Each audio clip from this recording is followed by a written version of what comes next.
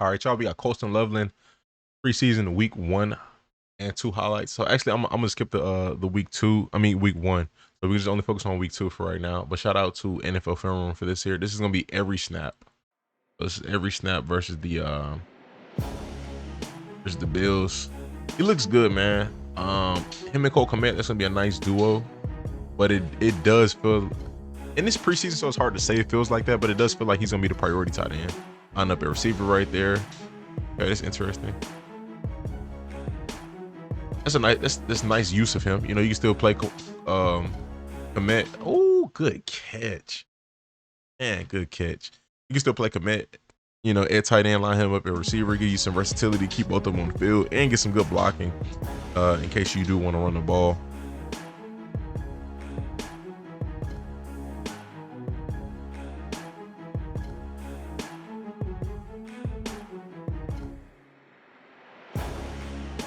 Easy money. Lined up on the DB. Had him locked for the first few seconds. Linebacker. I think that's Dorian Strong. I think that's his name. Good tackle by Dorian. It's a good play. Colston could have got a little bit more pushback on that. That is an interesting choice. Okay, look.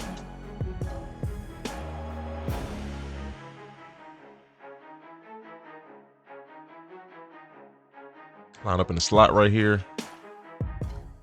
The drag.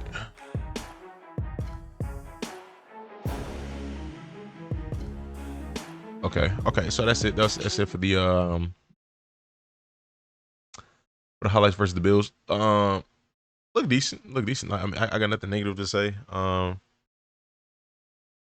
That catch over the middle was really nice. Really nice. What we're gonna check out next is Jackson Kruger's analysis on his week 2 performance. So we'll get some insight and breakdown of his thoughts. All right, let's talk about Colston Loveland, the first tight end taken that some people thought was taken a touch early, although pretty much everyone still had a first-round grade on him. Top 10 is tough though. Like I don't think there's a generational tight end in this class, but you never know. I mean, never know. It's hard to see it. You know how it might play out, but by the Chicago Bears, but I think he is a good player for them. He definitely is good. Saw him really be able to show some nice things for them in this preseason game. Played 2 series, and actually worth noting, it seemed like he was kind of tight end 2 behind Cole Kmet. Might just be how they're going to kind of integrate him to start and then eventually make him tight end 1. I don't know. But yeah, let's get into it. Starting off with this play, going to be a design rollout towards the offense's right. Loveland's going to start off as though, he's blocking over in that direction, but then he's going to actually be running a route. Watch as he flashes over and then gets to this point where he is past the defensive back. This is a defensive back trying to keep up with Loveland. So that's, part of what sometimes happens with a tight end, right? You have to be able to keep up and be fast enough to outrun corners in certain situations, but also big enough to... What I've learned over this offseason, man, is 10-yard split. That is a very important increment in running that's tracked. So in the 40, they track not only the 40 times, but the 10-yard split. That tells you a lot about the player's acceleration, because they can run a 4.5 or a 4.3.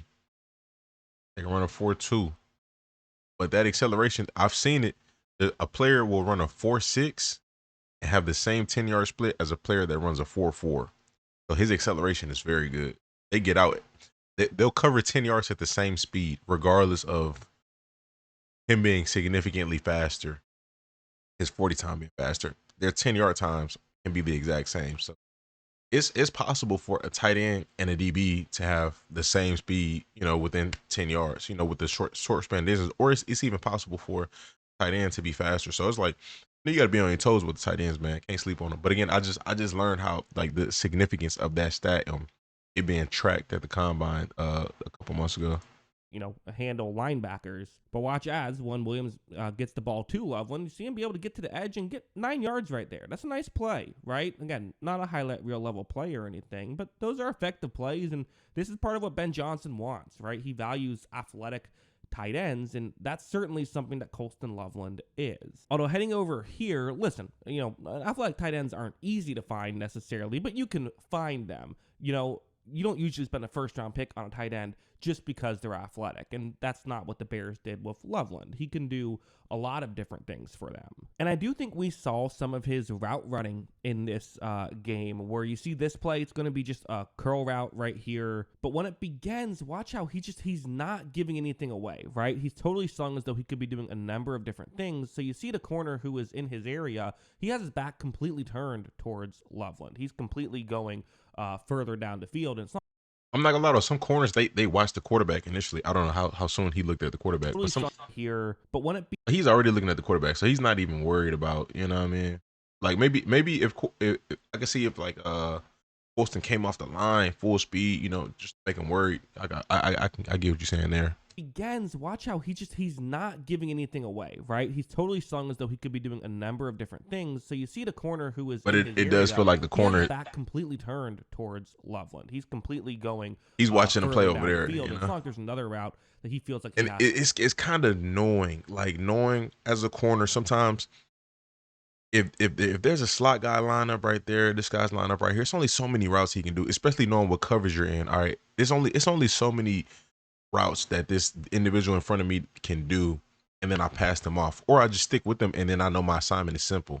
So as a corner, you really don't even got to worry too much about stuff like that.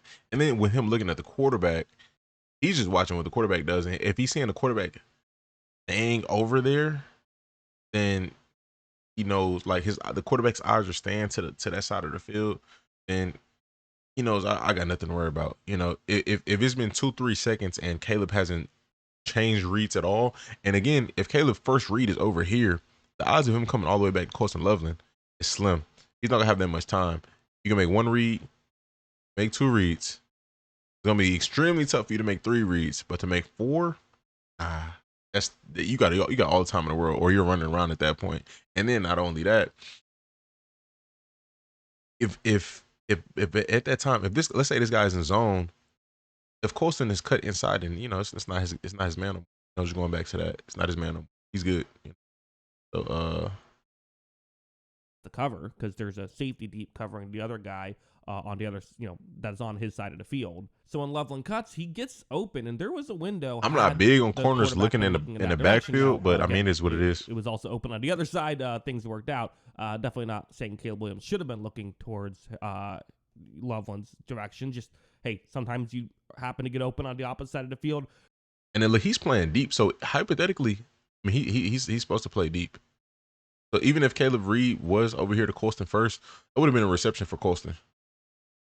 He's already out. He's already turning around, coming back. Like you can see him turning. This dude is still facing this side of the field. He could have pumped this. I don't know. Hypothetically. From when the quarterback is looking, doesn't make it. Oh yeah, he ran with I see that. Sometimes you happen to get open on the opposite side of the field.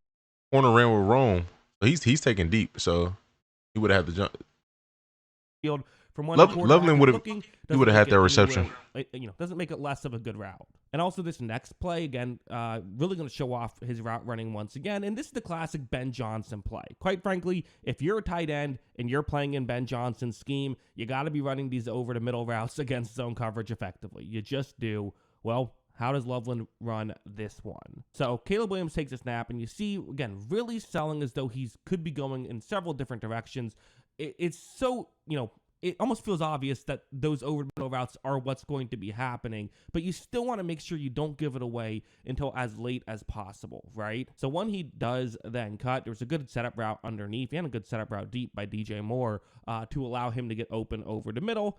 Will he get this open when it's against, NFL starters? I don't know, but it's still good stuff here by Loveland. Also, we can go over here and talk about his blocking for a second because, for Colston Loveland, he's 6'6", 240, which is a little bit skinny for a tight end, right? Usually you're kind of a couple of inches shorter and about maybe 10 pounds heavier.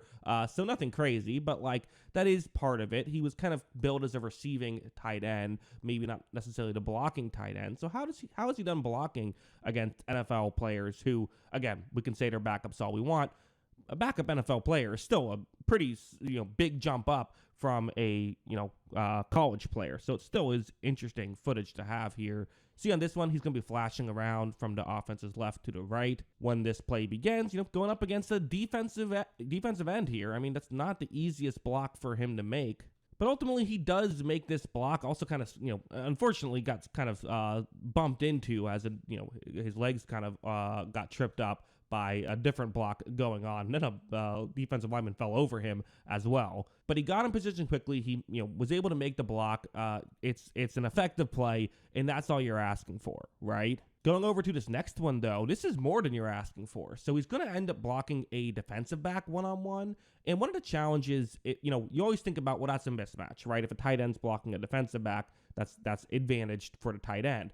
But one issue is defensive backs are usually quicker. So it actually can sometimes be advantage defensive back because they can get around the block. They might not be able to overpower you, but they can get around. However, you see that Loveland is so quick and effective, he's able to get in position right away because he's, he has the footwork in the hands of a defensive back, basically. Like, he kind of can match that. So once he can get the position, well, hey, 6'6", 240, that might be a little bit undersized for your typical tight end. It's certainly good size when you get your hands exactly where you want to be and can now try and block away the defensive back. And watch him just drive that player further back to be able to help make that play. Again, really goes to show, I think he'll have a, quite frankly, he'll have a pretty easy time being able to make these blocks in the league.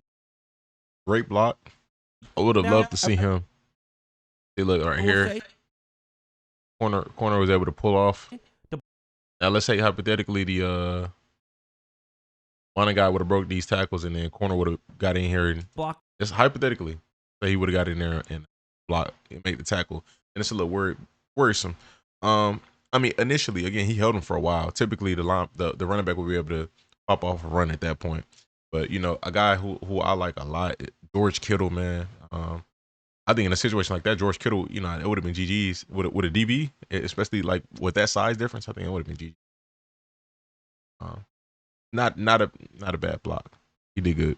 Was not perfect. Heading over to this next one, this is going up against a linebacker, which I would say is that's like an even matchup, right? Linebacker versus tight end. You kind of expect the tight end to win half the time, the linebacker to win the other half of the time, right? Usually if a offensive lineman's blocking a linebacker, you say that's advantage offense. And I think we get it, right? Linemen go with linemen, tight ends with linebackers, and then receivers with corners. So, okay, well, let's see how this goes. First, again, Loveland doing a really good job of getting in position. That's something he does very well and will continue to do very well. But part of why I do just wonder if you're going to see him do what a lot of tight ends do once they make the league, which is just add 10 pounds. Because again, I'm acting like he's like super skinny or anything. He's not like that far off from what you see most tight ends play as. But he's just, again, a lot like Travis Kelce, 6'5", 250. That feels like the average tight end height and weight. He's just a little bit taller and a little bit skinnier for that. And you see this linebacker kind of knocks him back a little bit and is able to help make that tackle. So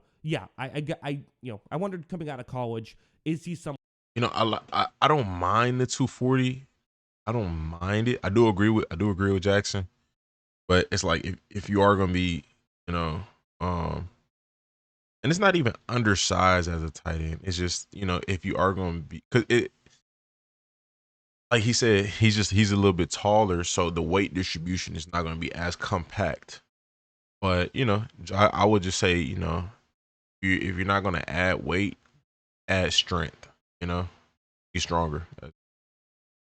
Someone who you're going to see bulk up a little bit potentially, but again, he's close. Like, he's not far away or anything like that. Because when a guy's like 20 pounds underweight, then it's like, okay, you probably can't bulk up. You probably just are what you are. But when you're almost there, maybe you could, or maybe you say it's fine. After all, he blocked pretty effectively. You could be the same size and just get stronger. That one play where he didn't. So yeah, add more, replacing fat with muscle. For Colston Loveland are very much there. I mean, this is the guy who's still just 21, by the way. So I should mention that he still has more filling out to do.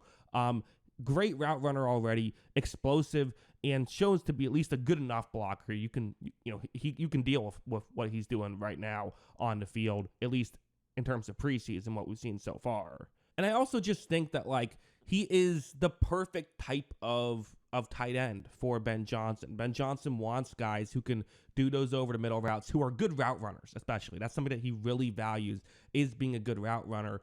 And that's really what Colston Loveland seems to bring to the table, is just how good of a route runner he is. And, again, sure, they already have Cole Kmet, who's a pretty good route running tight end, but now you have two, and you can, That is very interesting for them to go get another tight end. I mean, obviously you want more weapons for a quarterback, but